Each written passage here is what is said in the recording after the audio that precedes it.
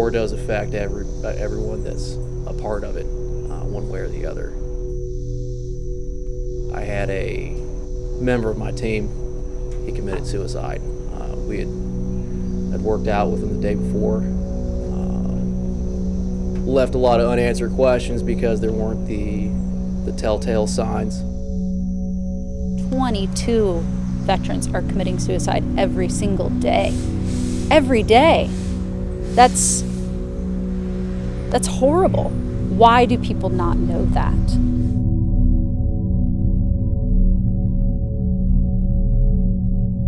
For me, it was depressing. I was kind of apathetic. I was indifferent. I didn't want to participate in a lot of different things. Blowing up IEDs, firefights, being a commando, doing all this stuff, and then now, working 9 to 5, trying to get a job. That's not how I viewed myself. That's not what I had. That's not what I intended. It just snuck up on me, and next thing you know, there I am. A lot of tendency to isolate. Friends of mine started killing themselves. People I know started killing themselves. And then I started hearing about the 22 suicides a day. And then it dawned on me, I'm spending a lot of time alone. I'm spending a lot of time indifferent. I'm spending a lot of time not doing anything. And so that realization that I'm in the middle of this transition now, that these things are happening, and I thought I was above it, better than that, indifferent. It wasn't going to be a big deal, and it was.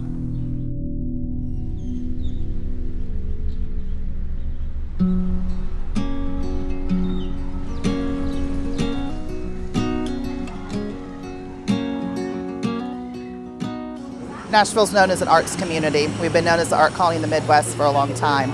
People come here. We see about 3 million visitors a year to the area. It's kind of like a hidden treasure of Indiana. A lot of people are like, we didn't know it was here. And it's got its own little magic, kind of its own little synergy. I always say that people like to come and kind of be a local for the day.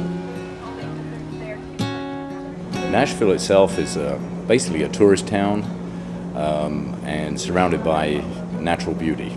And that's pretty much the attraction for most of the tourists. And the bulk of the tourists come in the month of October for fall colors.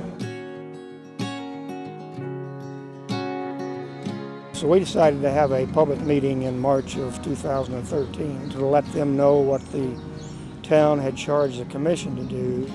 And after the meeting, this guy with a long beard walked up, and he started telling me about the fact that he was working with a group of veterans who wanted to do public art as part of a healing process to help veterans re-enter public life.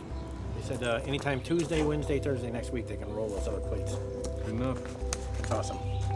Okay, we got to make an executive. Magnus and I had been working on this elder heart idea, and I went to a meeting and saw this. I said, man, this would be a project for us. Like, this is what we need to do. And then the town got on board. We approached the town and said, look, you give us a site. We want to build this to help the community and also to help the veterans in our cause and money for it. So Joe's coming. Joe. I've known Jim a while. I see how he had his own thing going. He's making a living doing art. I thought it was pretty cool. He makes these big iron and stone things, puts public pieces out. He's having a great time. And then he's working with stone and steel. So I just saw how all these different things add up, and I thought, hey, that might be for me. I had no idea it would turn into such a big thing.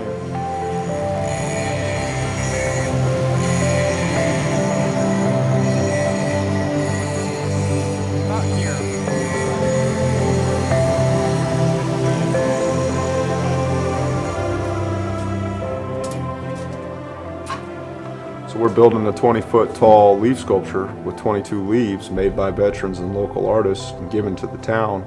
That's right in the middle of this town, and they're painted fall leaves. It's going to be the most significant art piece that this town's had in quite some time, and it's going to be right in the most strategic place it can be. And associated with that is a plaque of gratitude and facts of what's going on with American warriors today. On there will be a QR code people can scan, figure out how they can help, figure out how they can do projects, figure out how they can donate, on and on and on. So it's a social impact piece.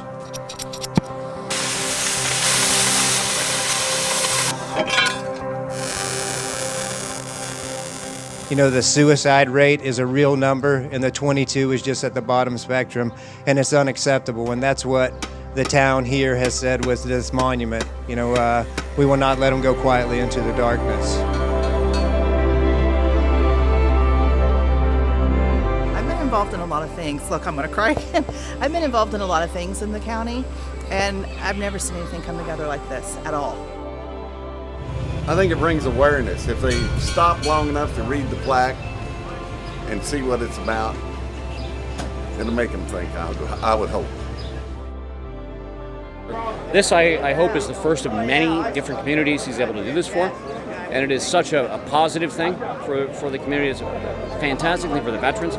The guys that really need it are coming home and need to have the community welcome them in. This is not a BS public program with $1 trillion slush fund that people are going to rob and you're going to hear about later. It's not one of those deals. This is a very small, wonderful organization that is completely transparent, and your dollars are going to use directly here to help guys in the communities that they serve, in the communities they're building art for. I'm going to start right here. All right. About all the sculptures. Thank you so much. Thank you, brother. Thank you so much. Good work. I appreciate it. Save lives, I'm telling you. So we found out with warriors talking to other warriors, you know, and we have in our close group of friends that, you know, hey man, I need to talk about some stuff, and you start talking, you get some relief, but there would be no healing. We didn't know it at the time. It's like just a group of veterans helping each other. That's really good and helpful, but it's not healing. The only place that the healing comes from is from when there's community involvement. I have seen from the last year since Elder Heart's been created, this blossom from an idea of these, you know, group of guys that got together that had this problem for themselves, and it really, you see the trickles moving out where they touch one person and then another. Man, I think we're on to something.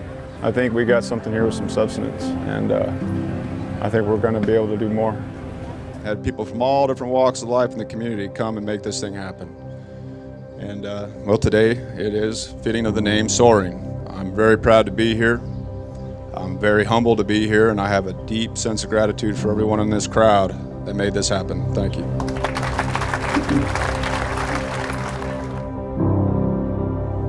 For as long as that piece is there, the town's going to know that warriors had a hand in their culture, not only protecting it, but also enhancing it.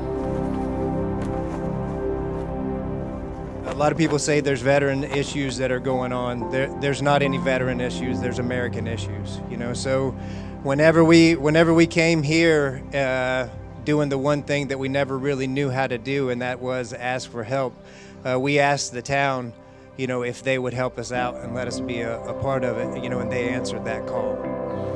You know, this is not what we expected when we first were looking at a leaf sculpture.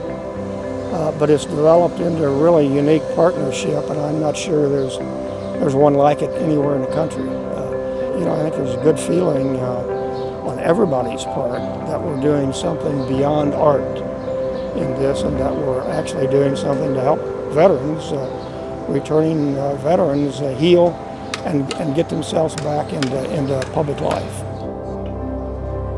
Well, see, that's why I always go back to is like, man, I'm from America. Like, this is my home. These are my people, and I'm one of them, and they're one of me. And this is where I live. You know, the tours don't define me. They're a part of my life. If I'm willing, if I'm able, in the community, we can continue the rest of the story.